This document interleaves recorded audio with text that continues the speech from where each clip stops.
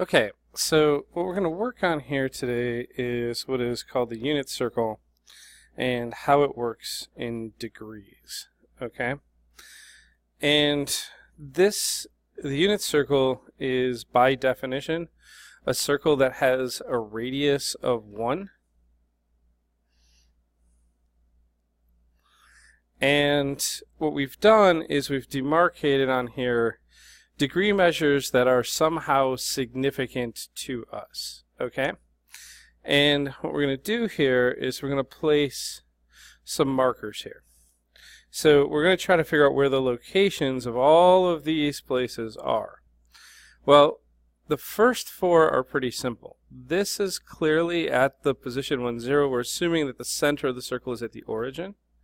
This is at the position 0, 1. This is at the position -1, 0.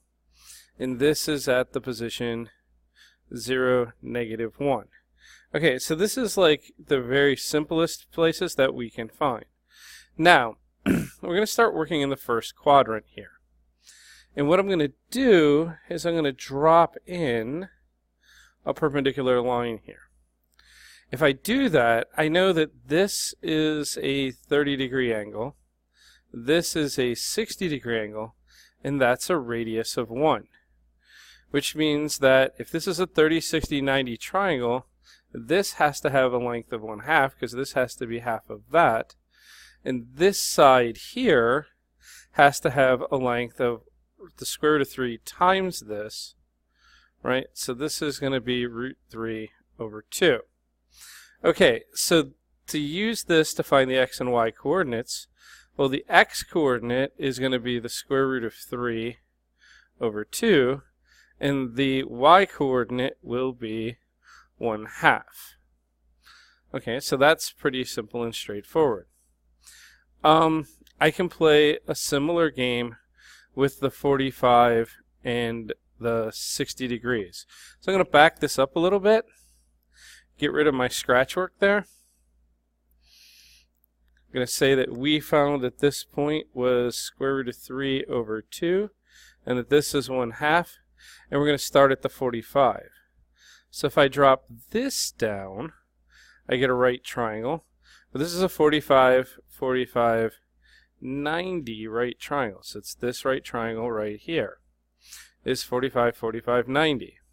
If this has a radius of 1, then I take that 1 and I divide it by half and multiply it by the square root of 2.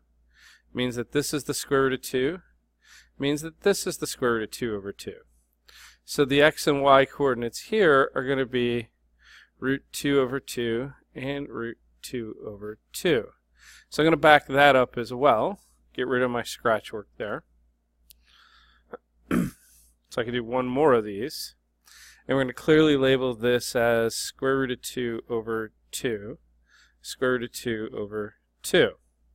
Okay, so now I want to find the x and y coordinates for this guy. So I drop that in, right? And this is again going to be a 30, 60, 90 right triangle. That's 60, that's 30. This is 90. This is the hypotenuse of 1, which means this length is going to be 1/2. And this length is going to be the square root of 3/2. So now my x is 1/2 and my y is √3/2. Okay, so I've gotten all of the first quadrant special locations. Alright, so let's get rid of the scratch work there. And this is 1/2 square root of 3/2. Now I can use symmetry to find all the other locations. Because to go from 60 to 120, I just make the x coordinates negative over here. Right? So we make the x coordinate for that negative at 135. I get negative √2/2, √2/2. So let's make sure that it's positive. √2/2. And here at 150, I get negative √3/2, 1/2. Okay. So now to go from here down below, I do what I just did, but now I make the x and the y coordinates negative. So this one's going to be negative 1/2 negative root 3 over 2. This one becomes negative root 2 over 2 negative root 2 over 2. And this one becomes negative root 3 over 2 negative 1/2. And then we can come over to this side, which is the same as these, but instead of the x's being negative, the y's will be negative. So this one comes down here. So this is negative 1/2. Sorry, x's are positive here. Positive 1/2 negative root 3 over 2. This one is positive root 2 over 2, negative root 2 over 2, and at 330 we're going to get positive root 3 over 2, negative 1/2. So now I have the x and y coordinates for all of the significant points on the unit circle. Now, why do these matter? Okay, here's why they matter. Let's just, for example, say I'm going to look at that first triangle that I looked at. Okay? So let's look at that triangle. We're going to drop this down. We're going to bring this over. We're going to bring that up. The radius here is 1. This is the same as the x coordinate. This is the same as the y coordinate. Now, if I think about this, the sine is going to be the opposite over the hypotenuse. So the sine of whatever this theta is the opposite y over the hypotenuse 1, which means the sine is just the y coordinates. So the cosine of theta is the adjacent over the hypotenuse. That's x over 1. That's just the x coordinates of the unit circle. And if I want the tangent of theta, well, that's the opposite over the adjacent. That's the y coordinate over the x coordinate. Okay, so what does this mean? That if I know the angle measure, I just use the y coordinate for the unit circle will give me the sine measure. The x coordinate from the unit circle will give me the cosine measure. And y over x will give me the tangent measures. This becomes a kind of powerful tool. All right, so let's back this out a little bit. And let's work one of these out. So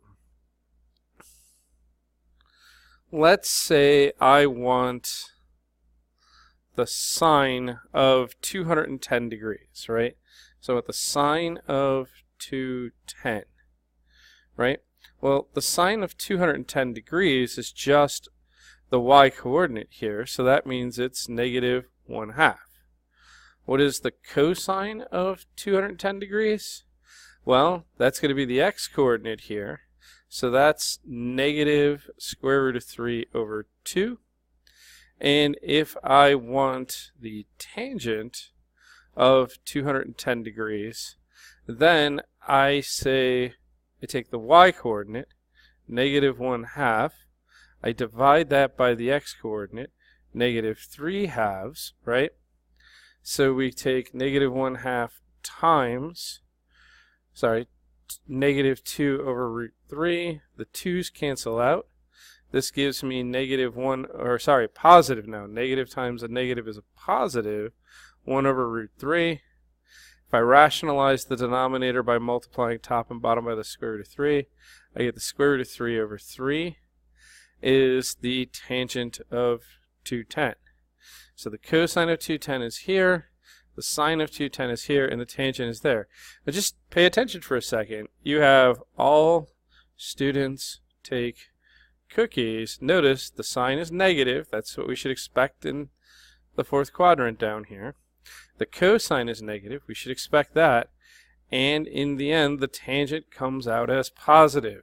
So this has something to do with why the all students take cookies thing works. All right. So this is an overview of the unit circle in degrees. I want to take a look at one last thing. A couple of last things that are here that are coming up in this that make sure that you see them and that you're aware that they're happening. Okay, if you notice, when we took the tangent of theta, we took y over x, which means that we took the sine of theta over the cosine of theta. So this is your first identity. that the tangent of any angle is equal to sine of that angle over the cosine of that angle. This will always be true. We're also going to get what we call a Pythagorean identity. The way I want to look at this is say, okay, in the unit circle we had a triangle. And we said that this was 1 and that this was x, and we said that this was y.